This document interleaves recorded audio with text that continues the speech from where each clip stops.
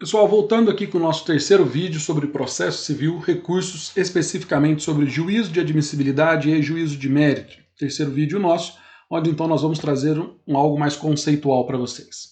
Juízo de admissibilidade, conceito e classificação. Veja bem, para que o mérito recursal seja analisado, necessário antes que sejam preenchidos os pressupostos recursais, pois, caso não preenchidos, o recurso sequer será conhecido. Ou seja, o termo é esse, não conheço do recurso, pois não estão preenchidos os pressupostos recursais. O recurso sequer será conhecido, ou seja, não terá o mérito analisado. E o momento para essa análise desses pressupostos é chamado de juízo de admissibilidade, algo que nós já explicamos, portanto, nos dois primeiros vídeos. Então vamos passar agora para que a gente tenha aqui a sequência. Então, o objeto desse juízo de admissibilidade, ele é composto do que nós chamamos de requisitos de admissibilidade. E esses requisitos de admissibilidade, segundo Barbosa Moreira, é dividido em dois grandes grupos. Na verdade, a gente traz a doutrina do Barbosa Moreira aqui, citada inclusive pelo Fred Didier, ou seja, é uma doutrina, vamos dizer assim, pacífica nesse sentido, ok? Então nós temos aqui um primeiro grupo de requisitos, que seriam os requisitos intrínsecos, que dizem respeito à própria existência do direito de recorrer. Com esses requisitos, que são 4, nós vamos verificar se há possibilidade de recorrer sim ou não. Depois nós vamos verificar aqui no outro grupo, que são os requisitos extrínsecos, o modo de exercício desse direito de recorrer. Ou seja, nós vamos verificar se, cumpridos os requisitos intrínsecos no primeiro momento, passamos à análise dos requisitos extrínsecos.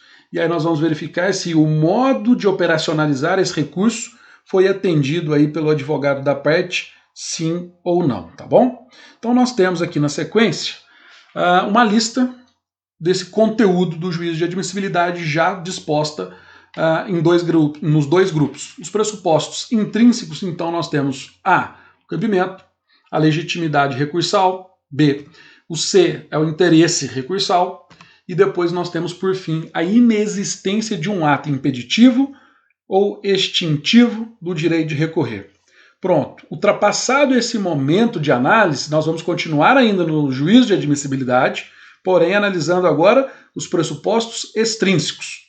Aí eu vou verificar a forma que foi operacionalizado aquele recurso, manejado aquele recurso. Foi atendida a tempestividade? Porque todo recurso tem prazo. Todos eles são de 15 dias e o embargo de declaração em 5 dias. Então foi atendido essa tempestividade, sim ou não? Depois nós temos a ideia do preparo. Nem todos os recursos têm custos processuais para serem recolhidos. Custas processuais para serem recolhidas a título de preparo. Aqueles que tiver, depois nós vamos explicar. E também a regularidade formal. Tudo isso, então, já foi objeto de uma grande análise nos dois primeiros vídeos que nós fizemos. E aí agora, então, nós passamos para uma análise específica de cada um deles, começando pelo cabimento. Então nós temos aqui a sequência com o cabimento.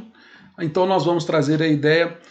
Para o cabimento do recurso é necessário que nós tenhamos a ideia de ser atendido aí alguns requisitos. Ou seja, essa decisão ela é recorrível. O princípio da taxatividade. A lei federal veio prevendo um recurso e a lei federal agora ela vem prevendo um recurso exatamente para aquele tipo de decisão, ou seja, que ele seja interposto o recurso adequado. Então, quando eu falar em cabimento, nós, quando explicamos o princípio da taxatividade, nós chegamos até a falar sobre cabimento. Ou seja, o cabimento seria uma somatória da taxatividade enquanto princípio, ou seja, a lei federal cria aquele princípio para aquele determinado fim, somado o quê? Somado à singularidade, à unirrecorribilidade, que seria a hipótese de incidência para nós. Então aí eu tenho o que nós chamamos de cabimento. Ou seja, o cabimento então aqui para nós seria a somatória. Então vamos colocar aqui, cabimento seria então a somatória. A somatória dos princípios da taxatividade, onde a lei federal veio criando um determinado recurso, mais a sua hipótese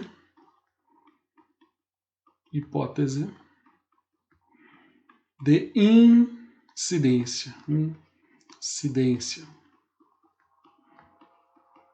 incidência. E que se eu for trabalhar em sede de recurso, essa hipótese de incidência vai estar ali para mim na singularidade. Singularidade recursal, ou também no princípio também chamado de unirrecorribilidade. Por quê? Porque quando a lei federal cria o recurso aqui na taxatividade, a lei federal também cria a sua respectiva hipótese de incidência. Então, na confecção de uma peça prática, por exemplo, você vai narrar o quê? Você vai narrar. No primeiro momento você narra um parágrafo, então vai ter lá o seu capítulo do cabimento, vamos então suponhamos aqui que seria o capítulo 1 da sua petição, simulando aqui uma petição de recurso, né? Uma peça recursal. Então aqui você teria capítulo 1, primeiro parágrafo desse capítulo, por exemplo, seria o quê? Você narrar, você seria chamado a narrar a natureza. Opa. Traz para mim aqui uma borracha. Narrar então o que a gente chama aí de natureza. A natureza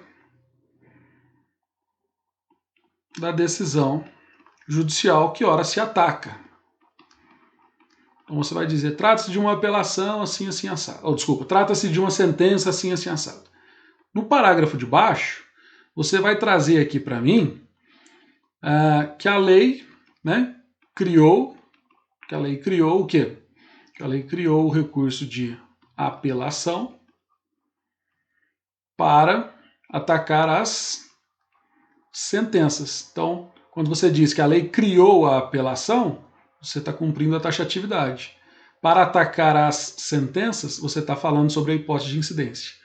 E vai concluir no seu terceiro parágrafo da sua narrativa, logo, o presente recurso,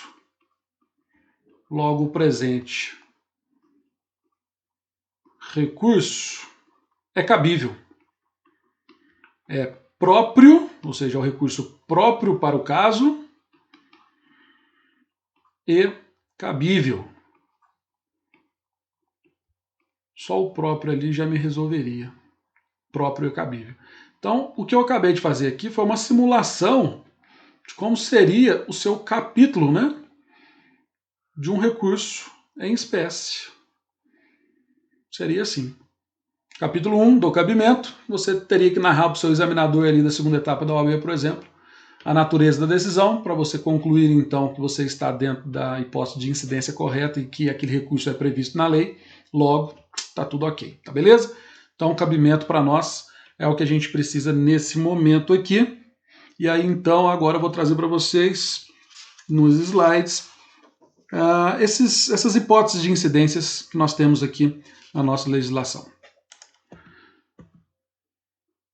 Então nós temos aqui também uma observação que nem toda manifestação judicial é recorrível.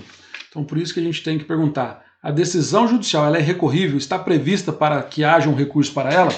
Porque a gente sabe, a gente já viu ali, lá nos princípios da jurisdição, princípio do duplo grau de jurisdição, que algumas decisões são irrecorríveis. Logo, não é cabível o recurso, né? Então nós temos aqui mais alguns exemplos. Depois nós temos aqui o que eu trouxe para vocês, as hipóteses de incidência da apelação, do agravo de instrumento, do agravo interno. Nós não vamos ficar lendo esses artigos aqui para otimizar nosso tempo. Depois cada um pega aí o seu CPC e faça a leitura. Uma observação que eu faço para vocês. O primeiro artigo que trata de cada recurso é exatamente a sua hipótese de incidência. Todos eles estão previstos ali no CPC no artigo 994 e depois cada recurso em espécie é o seu primeiro artigo dizendo para que serve, ou seja, a hipótese de incidência desse recurso. Então nós temos aqui todos eles para nós, tá ok? Dentro do CPC, né? Então depois a gente passa agora para um outro momento aqui desses requisitos intrínsecos, e aí então nós vamos trabalhar a ideia de legitimidade recursal. Então eu pergunto para vocês, quem é que tem legitimidade para propor um recurso? Obviamente, eu vou trazer aqui para vocês a ideia de parte. Pessoal, detalhe, deixa eu, inclusive vou consertar aqui ao vivo, vamos dizer assim, né, na hora. Vou tirar esse grifo aqui, né?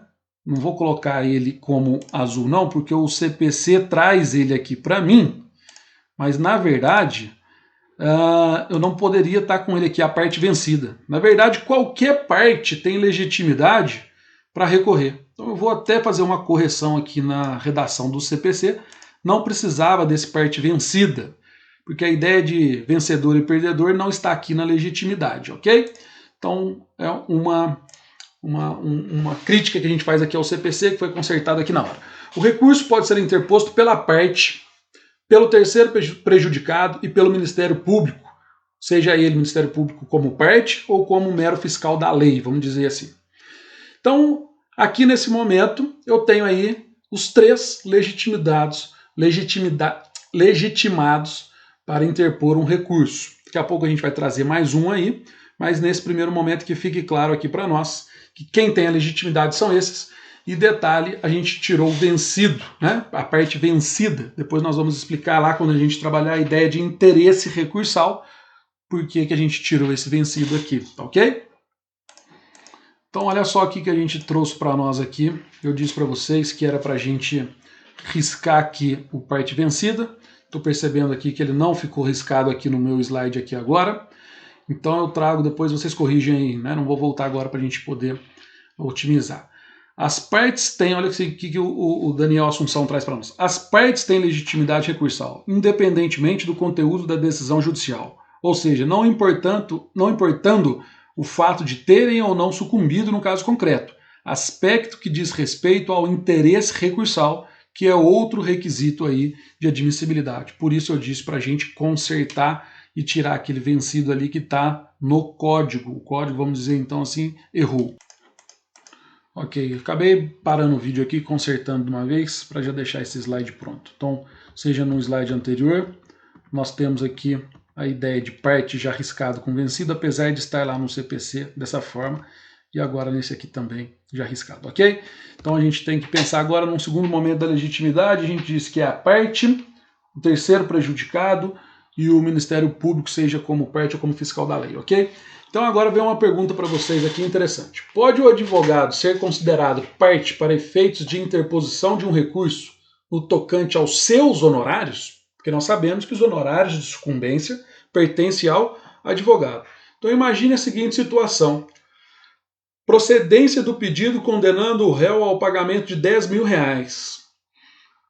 Condenação deste réu, um pagamento de 5% do respectivo valor a título de honorários de sucumbência, sendo que nós sabemos, pelo artigo 85 do CPC, que a condenação é de 10% a 20%. Nesse caso, o advogado poderia recorrer para majorar apenas os seus honorários? Então nós temos aqui a seguinte leitura, olha só. Estatuto da OAB diz que os honorários incluídos na condenação pertencem ao advogado, tendo este um direito autônomo para executar a sentença nessa parte, ou seja, um direito autônomo, podendo aí, inclusive requerer o seu precatório separado para você. Depois nós temos aqui o artigo 85. A sentença condenará o vencido ao pagamento de honorários, aquilo que eu acabei de dizer para vocês. Depois está escrito, os honorários constituem direito do advogado e têm natureza alimentar. O advogado pode requerer aqui no parágrafo 5º o pagamento dos seus honorários que lhe caibam, sejam efetuados aí pela sociedade que ele integra, né? Então o que aqui esses dispositivos trazem para nós? Trazem para nós que os honorários de sucumbência realmente pertencem ao advogado, então é direito dele. Então a resposta que eu tenho aqui para vocês é que sim, ele pode sim vir a ser parte para recorrer no que tange aos seus honorários. Então aqui eu trouxe uma jurisprudência que corrobora com esse entendimento que a gente está trazendo para vocês. Nós não vamos ler, mas fica aí no slide que está material em anexo no ambiente virtual acadêmico aqui da Unifenas, para que vocês possam então complementar os estudos. Estou enrolando um pouco aqui no meu áudio, para que quem quiser aí possa dar uma lida, mas se bem que é só dar uma pausada, né? Então vamos passar aí para o próximo requisito intrínseco, para que a gente possa seguir com o nosso curso. Agora a gente vai falar do interesse recursal. Então, o interesse recursal vem trazendo para mim a ideia aqui, que eu coloquei de vermelho, de sucumbência. Então, só tem interesse em recorrer aquele que tiver tido algum prejuízo com aquela decisão, seja prejuízo processual ou seja prejuízo no próprio direito, que a gente vai chamar então de prejuízo material. Então, aqui eu tenho a seguinte configuração.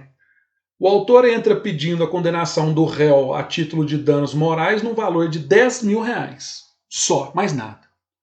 O magistrado acolhe o seu pedido e julga procedente, condenando o réu ao pagamento da quantia de R$10.000 a título de danos morais. Eu te pergunto, ele teria interesse recursal, sendo que nesse caso ele não teve nenhum prejuízo?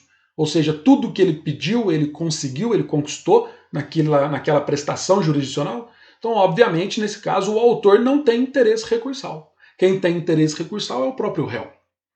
Agora, julgo parcialmente procedente e condeno o réu em R$7.000.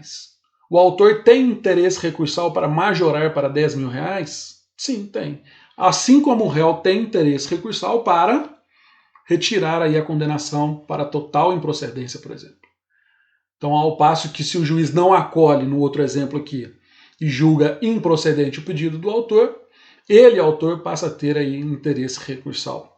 Então, a ideia de interesse recursal está ligado à ideia de sucumbência, aquele que demonstrar que aquela decisão lhe trouxe um prejuízo, seja processual ou seja material. Então, ele passa a ter esse interesse recursal. Dando sequência aqui, vamos para o próximo e último, né? Requisito do bloco dos intrínsecos.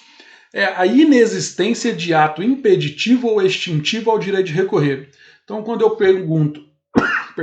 quando eu penso em desistência do ato, ou seja, desiste do recurso, eu não posso depois voltar amanhã arrependido e querer interpor novamente aquele recurso.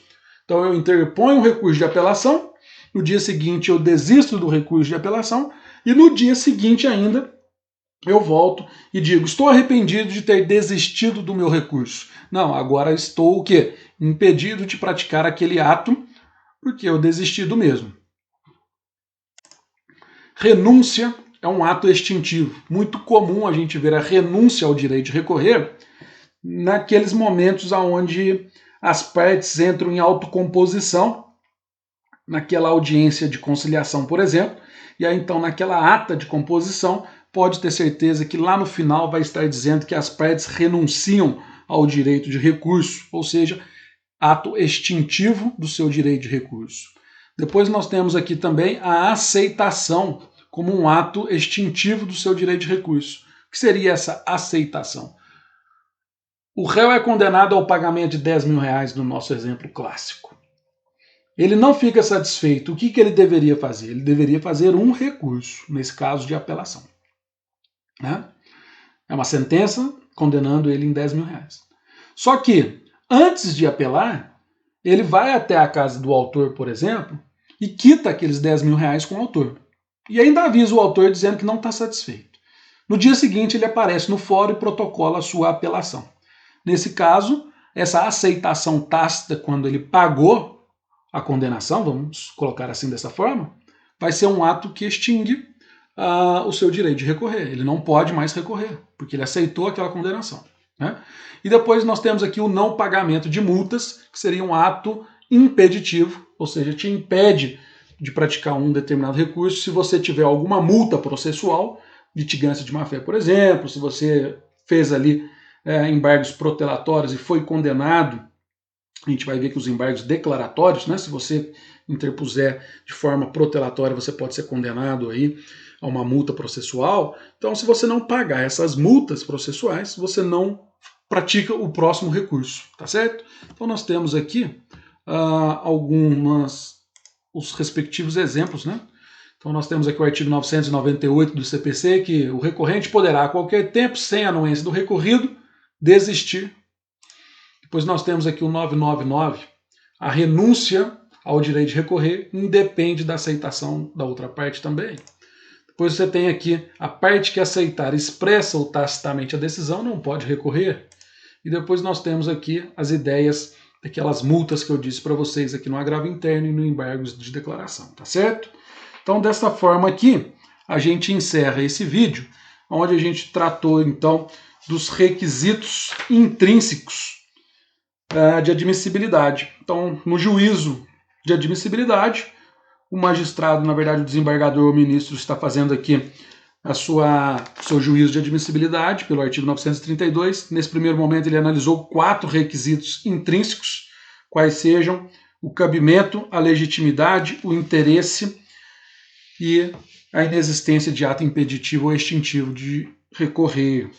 E aí agora, então, no próximo vídeo, nós vamos abrir aí com os requisitos extrínsecos, qual sejam a tempestividade, o preparo, e também temos a regularidade formal aí desse recurso, ok? Vamos para o próximo.